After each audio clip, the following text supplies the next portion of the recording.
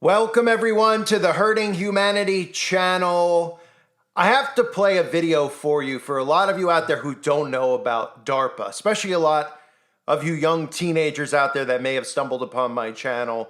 DARPA is a government agency. They're the Defense Advanced Research Projects Agency, and they're supposedly responsible for research and development for defense and emerging technologies for use by the military. Of course, if you're not familiar with what's going on in the world, they tell you that DARPA, they tell you that your military is there to protect you from other countries, but really what they're there for is to advance technology against their own civilians. And DARPA's projects that they reveal clearly show that this is not the type of thing that they would ever use in war. This is not something that they would use against an enemy. Well, maybe an enemy, because an enemy to them is us.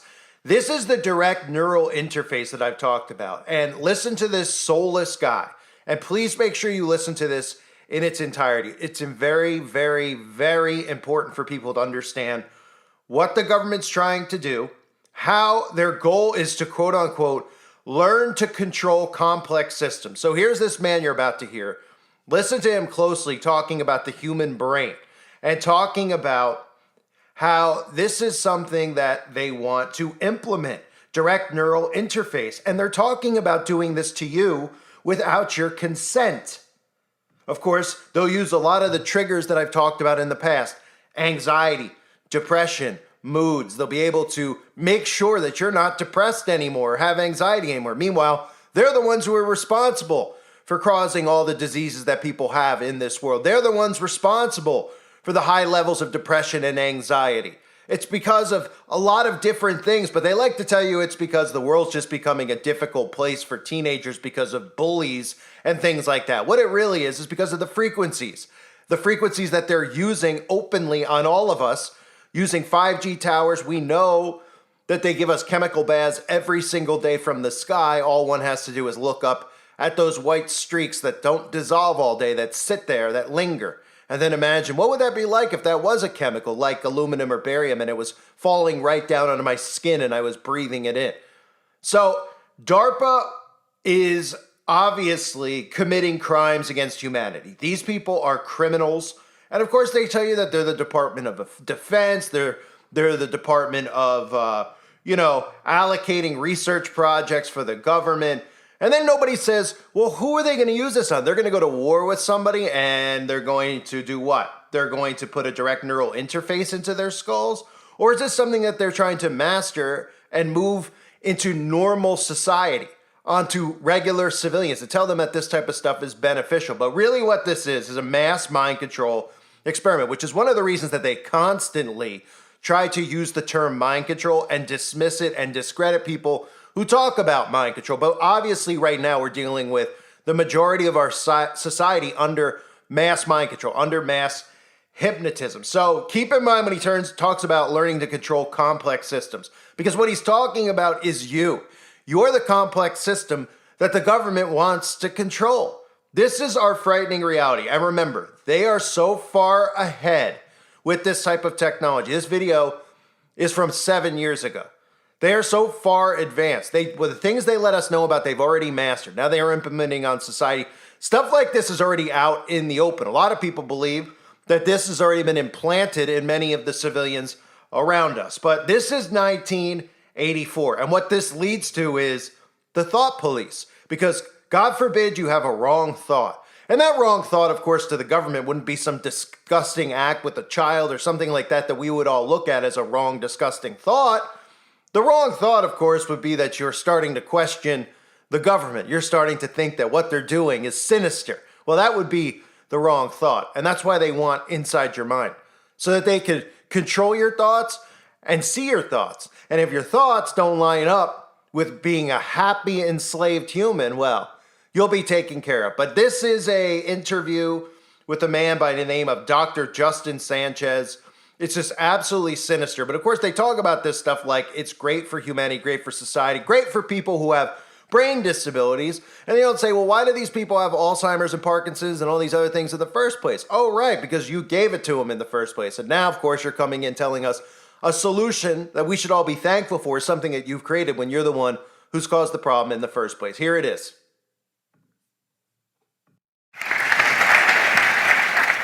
So I promise you, nothing that I show you today is going to be an illusion. So with that, again, my name is Justin Sanchez, and I'm a neurotechnologist by training. And like was just said, I was at my lab at the University of Miami, and I got a call out of the blue. At the other end of the phone, there's a person that says, we need you to come immediately to Washington, D.C. and come to DARPA. And that's really where the whole story begins. So what is DARPA? DARPA is the high-tech research branch of the Pentagon. And I'm currently the office director in the Biological Technologies Office. And like many of my other colleagues that are at DARPA, my journey to the agency was an opportunity to expand the impact of the work that I was doing in neurotechnology, find new avenues that it could be applied. And I was thinking very deeply about this problem. I was thinking very deeply about the brain. I've always been interested in the brain, but not just from the medical sense. I always wanted to use engineering, apply it to the brain to deepen our understanding of the brain, and then try to find new applications of what we could do with the brain. So whether it's the work that I did in the past or the work that I'm currently doing at DARPA, the goal has always been the same: develop new technologies that enable humans to use their brains to change the way that they interact with others and interact with the world. And while I'm at DARPA, we're thinking very deeply about national security, but what I'm going to show you today is that a lot of the technologies that we're developing go well beyond national security and actually are going to challenge us as humans. So DARPA got its beginnings in 1958. This is when we started pushing the envelope of things, and that's when in our country we learned about Sputnik, right? The Soviet Union had Sputnik, and the leaders in our country were totally caught off guard by this. And they said we could never be caught off guard ever again. So the agency was formed with a singular mission: breakthrough technologies. And the agency takes risks where others, like in industry or other parts of government, are unwilling to take risks. Okay? So we set off on our mission, and we were trying to make these breakthrough technologies. Now, along the way, we said, okay, if we understand very deeply the science and technology associated with these kinds of breakthroughs, we not only can predict the surprises that may be anywhere in the world, but we can also create a few surprises of our own. Now, while we've been doing this over a vast number of years, one of the things that did emerge from all of our work is it's not the technology alone that makes all the difference.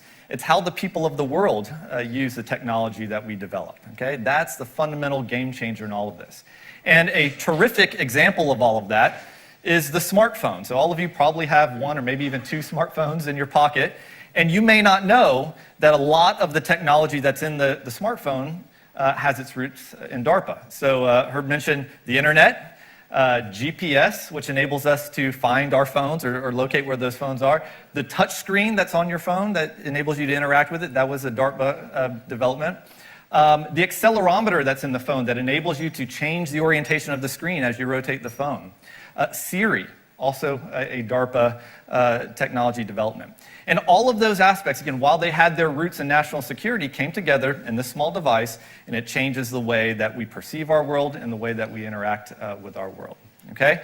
Now, what I'm going to show you today is not the smartphone. I'm going to show you a new way that we're developing technology to interact with the world for the future. And that's really the technology of the brain. Now, the brain is an amazing organ.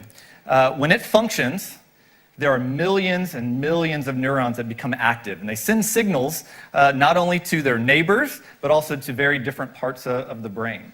So to a person like me, the brain is not a black box. The brain's not just this goop in between your ears. It's a very intricate and elegant signaling of all of these neurons and how they evolve over time. And what we've done at DARPA is develop the technology in order to sense these signals in real time or even write signals into the brain. And today I'm going to show you a few examples of what that technology is and how it actually came to be. Now, what's really important in all of this is that at DARPA, when we think about the brain, we think about the people we serve. So make no mistake about it, we're a part of the Department of Defense and we serve military personnel.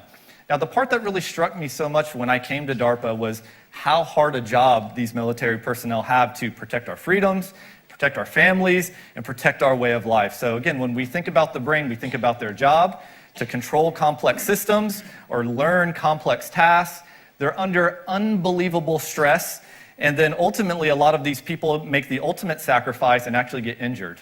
And some of our most early programs at DARPA have been to develop neurotechnology to restore those people back to their more whole self or their more natural self. Okay, so think of direct interfaces to the brain to enable somebody to move again after they've been paralyzed in service of the country. Okay, now what we've learned along the way in all of that is that those discoveries, right, those technologies are opening the door to a whole new set of possibilities for the future. Okay, so how do we do all of this? So this may be your first time hearing about a direct neural interface, and in the middle of the screen up there is actually an example of one of the types of neural interfaces that we're using in humans today.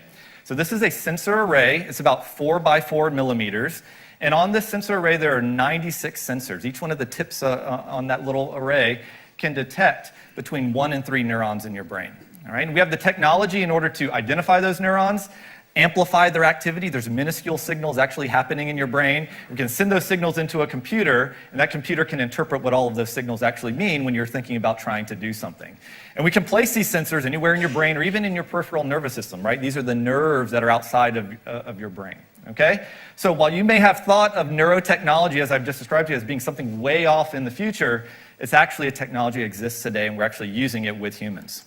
Now, how did we get here? Okay, so again, I'm telling you about something that you may not be familiar with, but we actually have a history of working in neurotechnology. And it turns out that in the early 2000s, neuroscientists like myself didn't even know if it was possible to read out, let's say, 100 neurons of activity in real time from an awake-behaving individual. So we started in animal subjects. We said, okay, let's try these sensors out. Can we read out the signals in real time? And can we do something simple like control a robotic arm? And we showed that we could actually do that, just having the animal think about it. And once we proved out that technology in 2005, we said, okay, we're ready to go to humans. Can we place the same technology in the human brain and restore the ability to move and even sense after you've been injured? And I'm going to show you a couple examples of this. Yes, we could do that. And we said, okay, again, this is DARPA. We try to push the limits of what's possible. We said, okay, if we can do that for movement and sensation, can we try to do something even more complex? So we went to memory in the human and said, okay, for humans with traumatic brain injury, could we restore their ability to form and recall memories? Again, direct brain interface. Now, here's one thing that may blow your mind. The kind of questions that we have to go after here are answering things like, what is a memory in your brain? Right? Have you ever thought about what a memory is, what those intricate neural firing patterns actually are, and how you need to interact with them in order to facilitate memory formation and recall? That's the scale of the problem that we're actually working on at DARPA. Again, being DARPA, we don't just stop there. We keep moving forward in our trajectory. I actually started a new program in 2013 called Subnets, thinking about the sub-networks of the brain, but for the most challenging problem of neuropsychiatry, and that's mental states. Right? Think about depression and anxiety. Think about trying to develop a direct neural interface to help people with their depression and anxiety. And again, the same questions are there. What actually is depression in the brain? What are the neurons that are involved in anxiety? Those are the kinds of things that we're ultimately going after. Okay, so we have a very long trajectory here, right? Over a decade of work in this space. And what I'm going to do next, I'm going to show you some examples of the achievements that we are able to do today, and then paint a picture for you for what the future of neurotechnology may ultimately hold for us. Okay? So the first person I want to introduce you to is Nathan. He's the one on the right side of the screen. And Nathan is living with paralysis. He was paralyzed in 2004 in an automobile accident. And Nathan was actually a freshman in college. He was studying nanotechnology. When he heard about some of our studies, he said, I want to be a pioneer in that. So he signed up to do one of our studies, and Nathan had that same array, right, that 4 by 4 millimeter array placed in his motor cortex, right, the part that is involved in movement. He had another set of arrays placed in his sensory cortex, okay? And you can actually see on the upper right side of the screen there's a little plug that's coming out of his head. That's where those arrays are connected to. And the wires send the signals from his brain actually to that bank of a rack of computers in the middle of the screen, process all of his neural activity in real time, and actually send that activity to that robotic arm. We also developed the robotic arm, and he met President Obama, was able to think about moving the robotic arm, and shook the president's hand. Okay? Now, the other part of this story is that robotic arm also had sensors in the fingertips. So when the president placed his hand on the robotic hand, the force transducers took that information and did the reverse, went back through the computers, went back through the wire, back into Nathan's head, and he could actually feel the president's hand on the robotic hand. It was truly a remarkable moment. Okay, so that's what Nathan can do. Let me show you a video of something else that Nathan can do. All right? So this is Nathan taking these cones and he's kind of building this structure. He's doing all of this just by thinking about it. You can see he's not moving his own arms. He's just producing the neural signals directly from his brain and stacking those cones. All right? So think of this, right? You're a paralyzed person being able to interact with the world in this way. It can really be transformative for you, right? You have a new way to project yourself onto the world. All right, so Nathan, he was astounded by this moment. It's life-changing for him. But we asked him, Nathan, what else do you want to do? And he's a gamer, and he said, I want to fly an aircraft. So we said, okay, we can help you to fly an aircraft. So the next thing we did is we connected him to a F-35 Joint Strike Fighter and put him out over Las Vegas. And we basically remapped his neural activity onto any control surface that we ultimately wanted to on that Joint Strike Fighter. Again, put yourself in the place of Nathan. Think about how you're locked in this wheelchair, and then think about your ability to actually control this aircraft, change your perspective of the world, and see it in a very different way. And I think that he sees Las Vegas in a very different way now that he's able to fly over. And Nathan started having a lot of fun with this, and at the very end of this run, he's like, I'm just going to do a barrel roll here, and did a barrel roll in the aircraft. And it just kind of shows you the creativity that a person like Nathan with a direct neural interface, what they can ultimately do. So that's what we can do today. What does the future look like with these kinds of technologies? Okay, so think about building with your brain.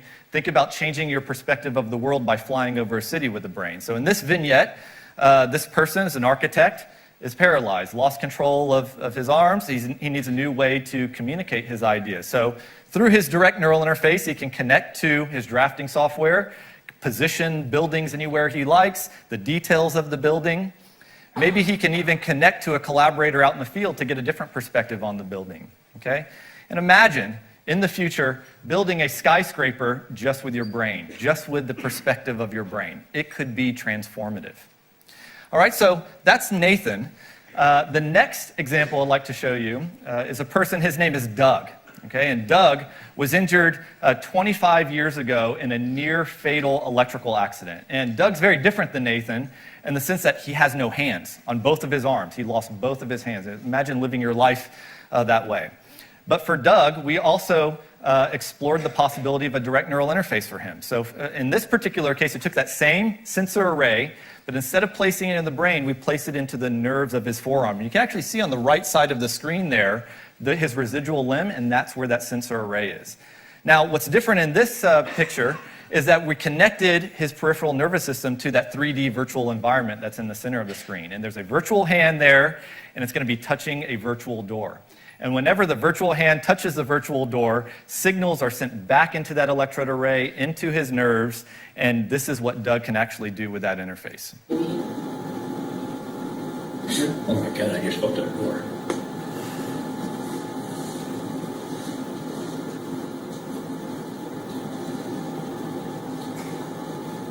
Oh yeah. Can you feel the finger sliding when you do that? Yeah, actually I can. So cool. And it is cool, right? You can imagine working in that 3D world just through your nervous system. It really is amazing. So when we see something like this, we say, can we change the future? Can we change the way that we even play, right? So imagine in the future you had a direct neural interface, and that direct neural interface gets you off your couch in a virtual way, enables you to explore virtual worlds just through your direct neural interface.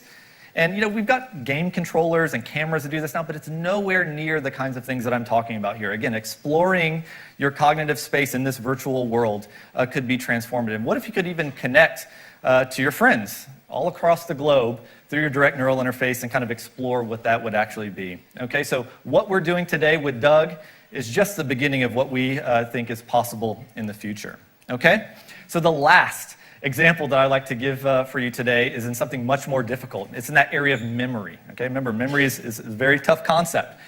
In this particular case, there's a person that has volunteered for our studies. This person is living with intractable epilepsy, has seizures that are uncontrollable. And part of their therapy is that they come to the clinic and they have sensors placed in and on their brain in order to try to map out where this problem is occurring. And it turns out that some of the places where those sensors are located are in the memory structures of the brain. And we ran a test where we asked the question, could we develop a direct neural interface, stimulate the brain, in order to facilitate memory formation and recall? And this is for declarative memories, memories about facts. So this is how it goes. In this particular example, the person has to recall 12 words.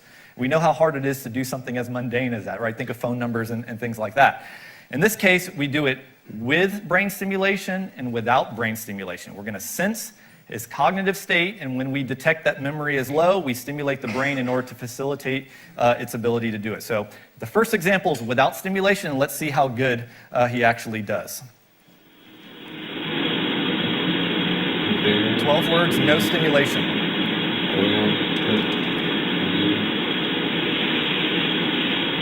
So we got through 3 of them, and we've all experienced this. You know, he does the old face palm, can't get through the rest of them, right? So now we're going to do it with direct brain stimulation. Soup, snail, seed, cloud, juice, moth, plane, thread, dark, wood, stomach. No kidding. Got all of them. There's a good picture in my head. And that was the breakthrough moment for us. He said, I had a good picture in my head I could just see. It was the moment we knew that we were having an effect on his memory circuit, okay? So transformative moment for all of us that were involved. So what does the future look like? Well, imagine as you're getting older and you have a more powerful form of this kind of neural interface and you're feeling maybe a little nostalgic and you want to record some of your memories. Maybe there's a possibility of using a direct neural interface to actually do that. And maybe you use that neural interface to record the moment you went on a first date, maybe the first time you proposed, or even the birth of your child. And then if you even had the ability to share those sets of memories with your friends and family, it could be transformative for how we ultimately live our lives. So, recall back to the examples I gave you with GPS and the internet and Siri. Those all came out of Department of Defense kinds of technologies, but they ultimately came together in a way that changed society. And we think that in the future that neurotechnologies like the ones I just showed you are going to be picked up by commercial entities, right? They're going to use neurotechnologies in the future.